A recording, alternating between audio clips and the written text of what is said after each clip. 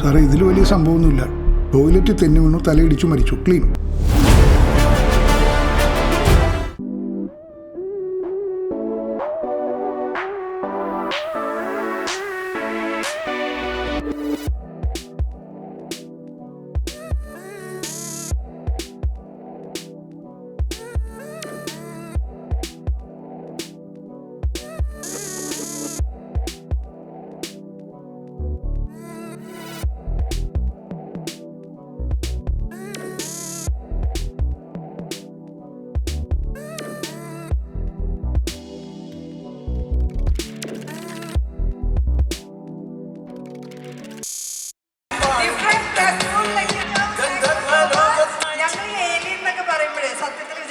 കണ്ണും മൂക്കൊക്കെ ഇങ്ങനെ പല ഭാഗത്തായി നിന്ന് ഒരു വല്ലാത്ത കോലാണ്. ഇത്രയും സുന്ദരിയായിട്ടുള്ള വേലിയെയാണ് നമുക്ക് തന്നിട്ടുള്ള ഗോകുൽ സുരേഷ് ചേട്ടനെയാണ് അടുത്തതായിട്ട് നമ്മൾ മുൻപോട്ട് ക്ഷണിക്കാൻ പോകുന്നത്. കുറച്ചുകൂടി മുൻപോട്ട് വരും.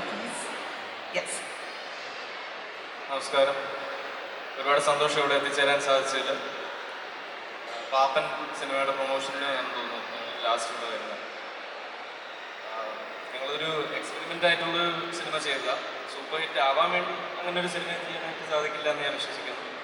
നല്ല സൂപ്പർ ഹിറ്റ് ആവണം എന്ന് ആഗ്രഹിച്ച് ചെയ്ത കോവിഡ് സമയത്ത് ചെയ്ത സിനിമയാണ്.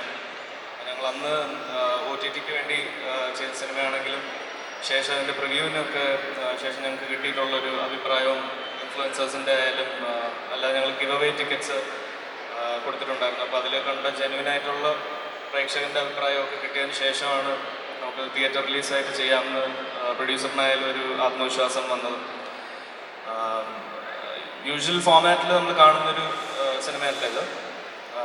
ഒരു ഇപ്പം നിങ്ങൾ സയൻസ് ഫിക്ഷൻ, ഏലിയൻ എൻകൗണ്ടർ എന്ന് അങ്ങനെയൊക്കെ പറഞ്ഞ് ഒരുപാട് ഇത് വേറൊരു ആംഗിളിലോട്ട് ചിത്രീകരിക്കുമെന്ന് എനിക്ക് തോന്നുന്നു. ഇത് വളരെ സില്ലി ഹ്യൂമർ ഡിസ്കസ് ചെയ്യുന്ന ഒരു ഫണ്ണി ആയിട്ടുള്ളൊരു സിനിമയാണ്. അപ്പോൾ അതിൻ്റെ ഫൺ നിങ്ങൾ ആ ഒരു 2 hours താഴെയാണ് സിനിമ. അപ്പോൾ നിങ്ങൾക്ക് ഒരു ബാഗേജും കൂടാതെ അവിടെ വന്നിരുന്ന് സിനിമ എൻജോയ് ചെയ്തിട്ട് കുറേ ചിരിയും തമാശകളിൽ നിന്ന് ഒന്ന് റിലാക്സ് ചെയ്തിട്ട് പോകാനുള്ള അങ്ങനത്തെ ഒരു സിനിമയാണ് ഗഗനചാരി. അതിൽ ഒരു സയൻസ് ഫിക്ഷൻ എന്ന് പറഞ്ഞൊരു വേറിട്ടുള്ള ഒരു എക്സ്പീരിയൻസ് തരുന്നതും ഏലിയൻ എൻകൗണ്ടറിൻ്റെ ഒരു വേറൊരു പശ്ചാത്തലം കാണിക്കുന്ന, യൂഷ്വലി നമ്മൾ കാണുന്ന ഒരു സ്കാരി ആയിട്ടുള്ള അല്ലെങ്കിൽ ഹ്യൂമൻസിനെ അറ്റാക്ക് ചെയ്യാൻ വരുന്ന ഒരു യൂഷ്വൽ ക്ലീഷയിൽ നിന്ന് മാറി നിന്നിട്ട് എന്നാൽ അതും ഉൾക്കൊള്ളിച്ച് തന്നെ ഉള്ളൊരു സിനിമയാണ് ഗഗനചാരി. കയ്യടിയുടെ ഒരു എനർജി കുറവുണ്ടല്ലോ. എന്ത് പറയേണ്ടത്? എങ്ങനെയുണ്ട് ഗഗനചാരി? എന്ത് വിശേഷമാണ് നിങ്ങളുടെ അടുത്ത് പറയാനുള്ളത്? ആ ഗഗനചാരിയെ പറ്റി വിശേഷങ്ങൾ പറഞ്ഞാൽ ആക്ച്വലി തീരത്തില്ല. 2020 തുടങ്ങിയ വിശേഷമായിരുന്നു. അത് കഴിഞ്ഞിട്ട് ഫസ്റ്റ് ഷെഡ്യൂൾ 2020 ഷൂട്ട് ചെയ്ത്, സെക്കൻഡ് ഷെഡ്യൂൾ 2021. ഇത് ഒരു എക്സ്പെരിമെൻ്റൽ പടമാണ്. ഇത്രയും നേരം അത് തന്നെ പറഞ്ഞിട്ടുണ്ട്.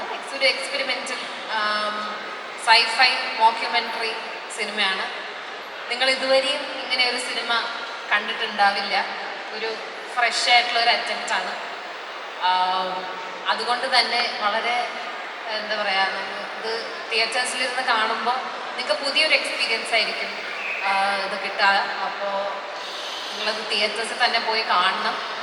ഇതൊരു സൈഫൈ മോക്യുമെൻ്ററി എന്നൊക്കെ കേൾക്കുമ്പോൾ ഭയങ്കര സംഭവം, അല്ലെങ്കിൽ നിങ്ങൾ ഹോളിവുഡ് സിനിമാസിലൊക്കെ കാണുന്ന പോലെ വലിയൊരു പടമല്ല. നമ്മൾ വളരെ ചെറിയ ബഡ്ജറ്റിൽ ഷൂട്ട് ചെയ്ത ചെറിയൊരു പടമാണ്.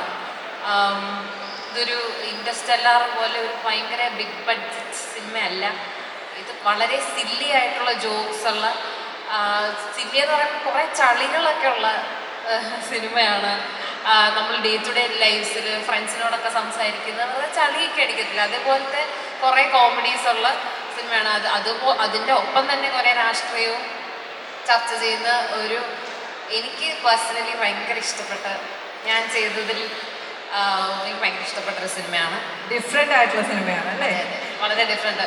ആൻഡ് ഇത് എനിക്ക് ഇത് എല്ലാവർക്കും വർക്കാവുന്ന ഒരു സിനിമയാണോ എന്നും അറിയില്ല.